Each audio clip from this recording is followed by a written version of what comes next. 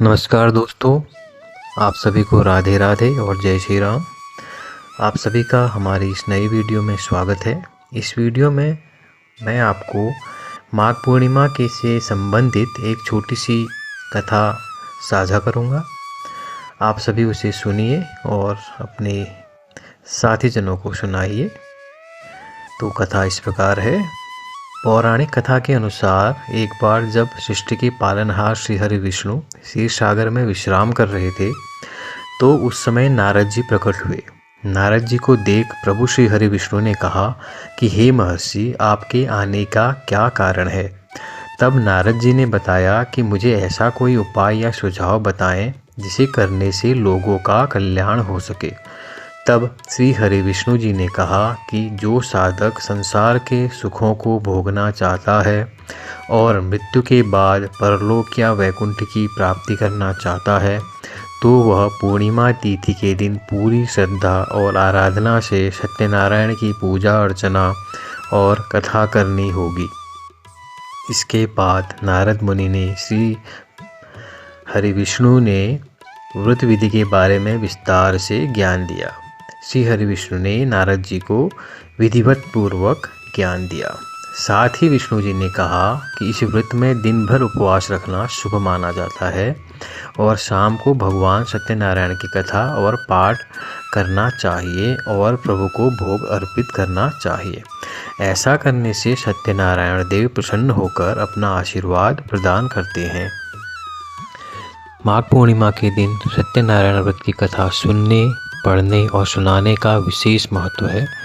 तो आगे इस वीडियो में हम सत्यनारायण की व्रत कथा का उल्लेख करेंगे। तो आइए शुरू करते हैं सत्यनारायण व्रत कथा का पहला अध्याय। एक समय की बात है, नैशिरण्य तीर्थ में सौनिक आदि 88,000 ऋषियों ने श्री सूत जी से पूछा, हे प्रभु, इस कलयुग में वेद विद्या रहित मनुष्यों को गुरु भक्ति किस प्रकार मिल सकती है तथा उनका उद्धार कैसे होगा। हे मुनिश्रेष्ठ, कोई ऐसा तप बताइए जिससे थोड़े समय में ही पुण्य मिले और मनवांछित फल भी मिल जाए।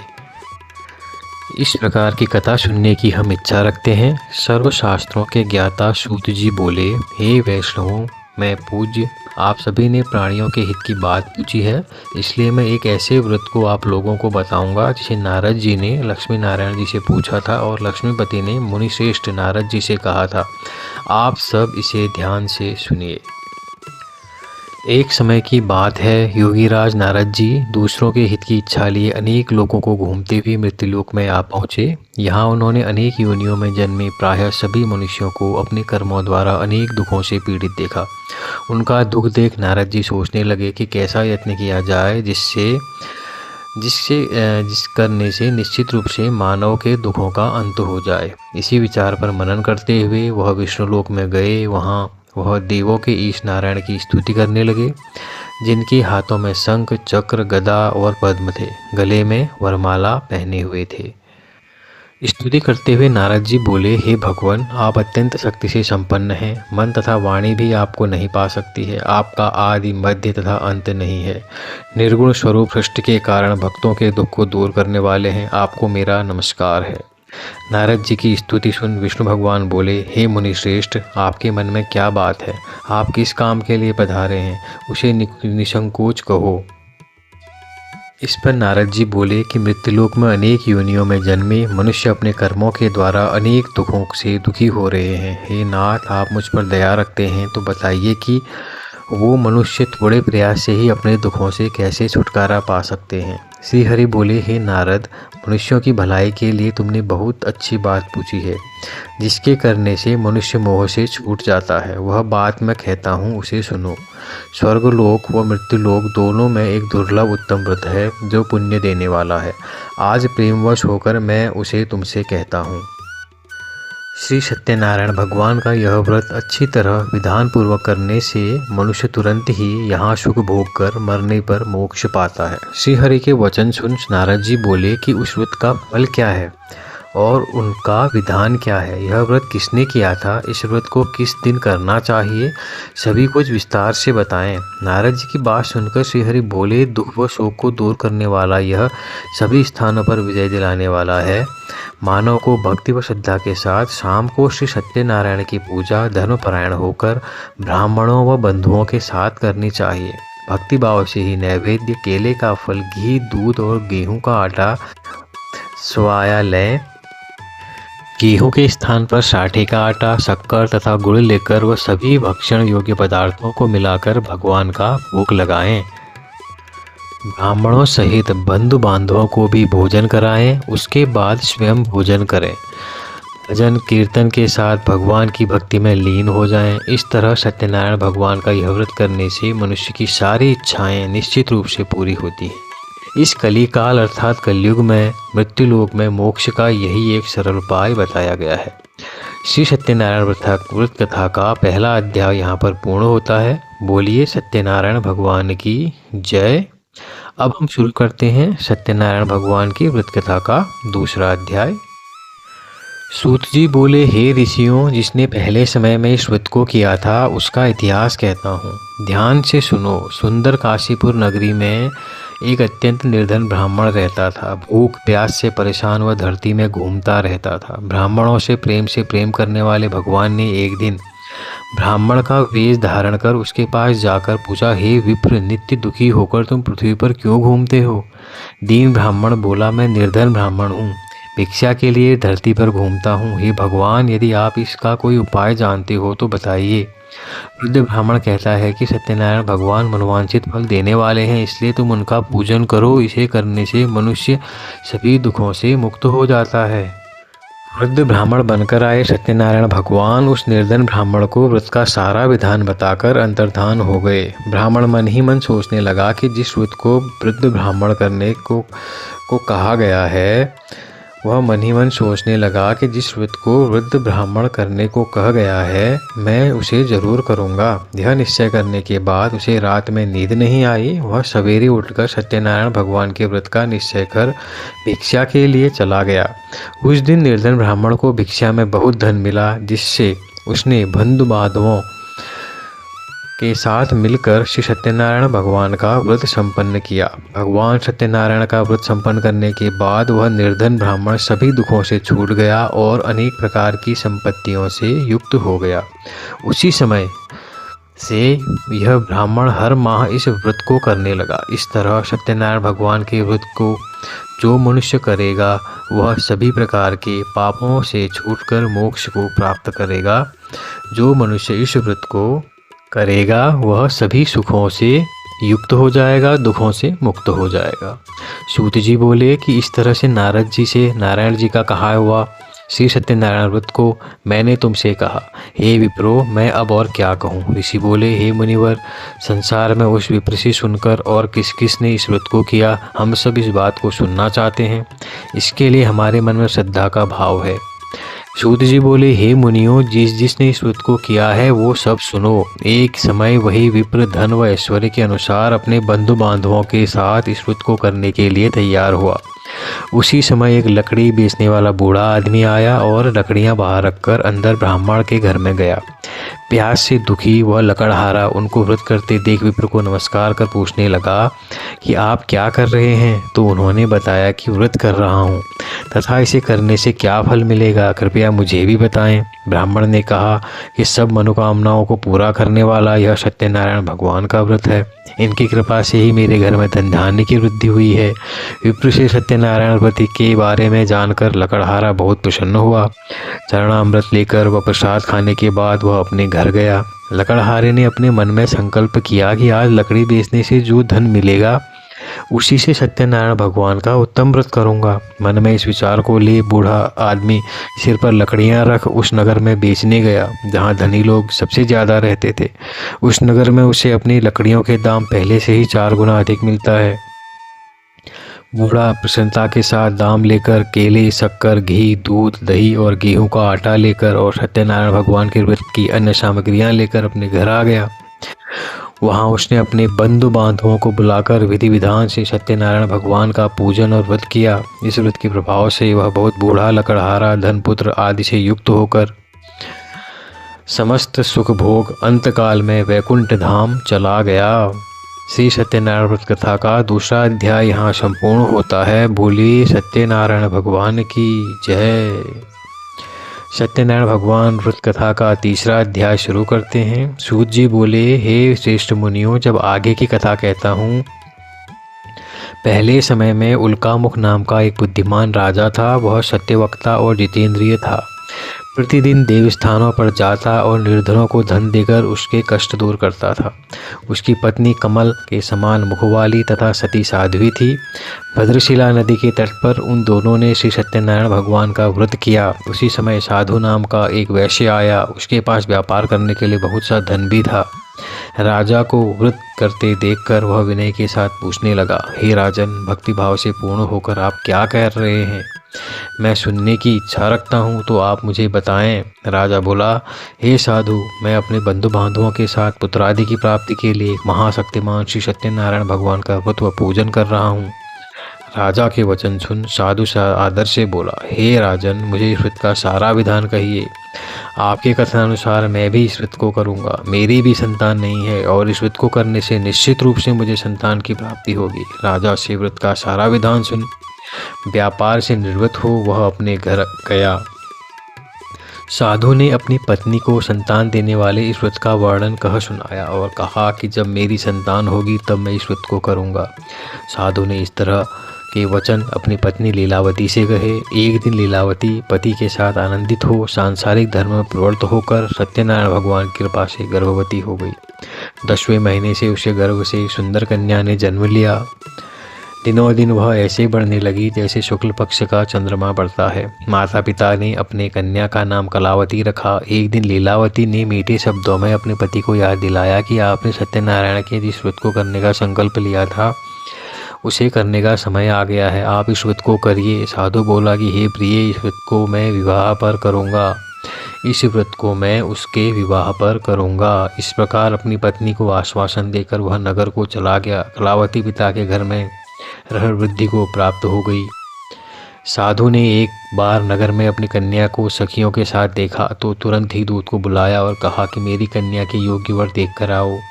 साधु की बात सुनकर दूत कंचन नगर में पहुंचा और वहां देखभाल कर लड़की के सुयोग्य वणिक पुत्र को ले आया। सुयोग्य लड़के को देख साधु ने बंधु बांधवों को बुलाकर अपनी पुत्री का विवाह कर दिया। लेकिन दुर्भाग्य की बात ये थी कि साधु ने अभी भी श्री सत्यनारायण भगवान का व्रत नहीं किया। इस पर श्री भगवान क्रोधित हो गए और श्राप दिया कि साधु को अत्यधिक दुख मिले। अपने कार्य में कुशल साधु बनिया जमाई को लेकर समुद्र के पास स्थित होकर रत्नसारपुर नगर में गया। वहां जाकर दामाद ससुर दोनों मिलकर चंद्रकेतु राजा के नगर में व्यापार करने लगे। एक दिन भगवान सत्यनारायण की माया से एक चोर राजा का धन चुराकर भाग रहा था। उसने राजा के सिपाहियों को अपना पीछा करते देख चुराया हुआ धन वहां रख दिया जहां साधु ने अपनी जमाई के साथ ठहरा हुआ था। राजा के सिपाहियों ने साधु वैश्य के पास राजा का धन पड़ा देखा तो वह ससुर जमाई दोनों को बांधकर प्रसन्नता से राजा के पास ले गए और कहा कि उन दोनों चोरों को हम पकड़ लाए हैं, आप आगे की कार्यवाही की आज्ञा दें। राजा की आज्ञा से उन दोनों को कठिन कारावास में डाल दिया गया और उनका सारा धन भी उनसे छीन लिया गया। श्री सत्यनारायण भगवान से श्राप से साधु की पत्नी भी बहुत दुखी हुई। घर में जो धन रखा था उसे चोर चुरा ले गए। शारीरिक तथा मानसिक पीड़ा व भूख प्यास से अति दुखी हो अन्न की चिंता में कलावती के ब्राह्मण घर गई। कलावती ब्राह्मण के घर जाकर वहां उसने श्री सत्यनारायण भगवान का व्रत होते देखा। फिर कथा भी सुनी। वह प्रसाद ग्रहण कर वह रात को घर वापस आ गई। माता ने कलावती से पूछा कि हे पुत्री, अब तक तुम कहाँ थी? तेरे मन में क्या है? कलावती ने अपनी माता से कहा, हे माता, मैंने एक ब्राह्मण के घर में श्री सत्यनारायण भगवान का व्रत देखा है। कन्या के वचन सुन लीलावती भगवान के पूजन की तैयारी करने लगी। लीलावती ने भगवान अपने परिवार व बंधुओं सहित सत्यनारायण भगवान का पूजन किया और उनसे वर मांगा कि मेरे पति तथा जमाई शीघ्र घर आ जाएं। साथ ही यह भी प्रार्थना की कि हम सब का अपराध क्षमा करें। श्री सत्यनारायण भगवान इस व्रत से संतुष्ट हो गए और राजा चंद्रकेतु को सपने में दर्शन देकर कहा कि हे राजन, तुम उन दोनों वैश्यों को छोड़ दो और तुमने उनका जो धन लिया है उसे वापस कर दो। अगर ऐसा नहीं किया तो मैं तुम्हारा धन, राज्य व संतान सभी को नष्ट कर दूंगा। राजा को यह सब कहकर वह अंतर्धान हो गए। प्रातःकाल सभा में राजा ने अपना सपना सुनाया। फिर बोले कि बड़े पुत्रों को कैद से मुक्त कर सभा में लाओ। दोनों ने आते ही राजा को प्रणाम किया। राजा मीठी वाणी से बोला, हे महानुभावों, भाग्यवश ऐसा कठिन दुख तुम्हें प्राप्त हुआ है, लेकिन अब तुम्हें कोई भय नहीं है। ऐसा कह राजा ने उन दोनों को नए वस्त्राभूषण भी पहनाए और जितना धन उनका लिया था उससे दुगना धन वापस कर दिया। दोनों वैश्य अपने घर को चल दिए। श्री सत्यनारायण व्रत कथा का तीसरा अध्याय भी संपूर्ण हुआ। बोलो सत्यनारायण भगवान की जय। सत्यनारायण भगवान की व्रत कथा का चौथा अध्याय शुरू करते हैं। सूत जी बोले, वैश्य ने मंगलाचार कर अपनी यात्रा प्रारंभ की और अपने नगर की ओर चल दिए। उनके थोड़ी दूर जाने पर एक दंडी वेशधारी श्री सत्यनारायण ने उनसे भेजा, हे साधु, तेरी नाव में क्या है? अभिवाणी वणिक हंसता हुआ बोला, हे दंडी, आप क्यों पूछते हो? क्या धन लेने की इच्छा है? मेरी नाव में तो बेल व पत्ते भरे हुए हैं। वैश्य के कठोर वचन सुन भगवान बोले, तुम्हारा वचन सत्य हो। दंडी ऐसे वचन कह वहाँ से दूर चले गए। कुछ दूर जाकर समुद्र के किनारे बैठ गए। दंडी के जाने के बाद साधु वैश्य ने नित्य क्रिया के पश्चात नाव को ऊंची उठते देखकर अचंभा माना और नाव में बेल पत्ते आदि देख वह मूर्छित हो जमीन पर गिर पड़ा। मूर्छा खुलने पर वह अत्यंत शोक में डूब गया। तब उनका दामाद बोला कि आप शोक न मनाएं, यह दंडी का शाप है, इसलिए हमें उनके शरण में जाना चाहिए, तभी हमारी मनोकामना पूरी होगी।